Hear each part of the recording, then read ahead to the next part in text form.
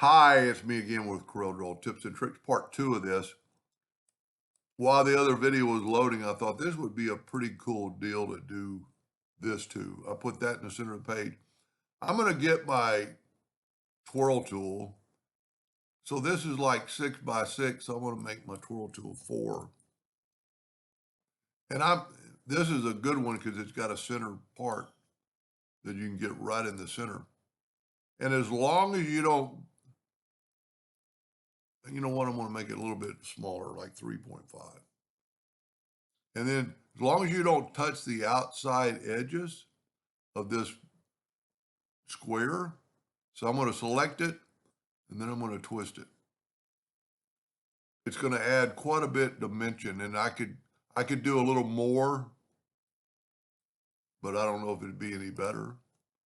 Now we got it 6 by 6.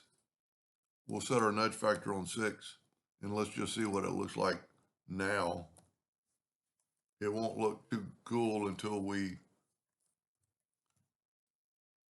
going to group that together. And remember, so make your nudge now half of that, 3 inches. And then Control D and or plus key and go down and then over. That looks pretty cool. And then Control D and then move it down twice.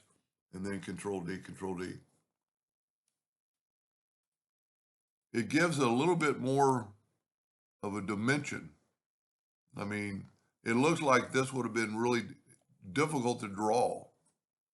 I like it. Anyway, I hope that just gave you an idea or two, and thank you for watching.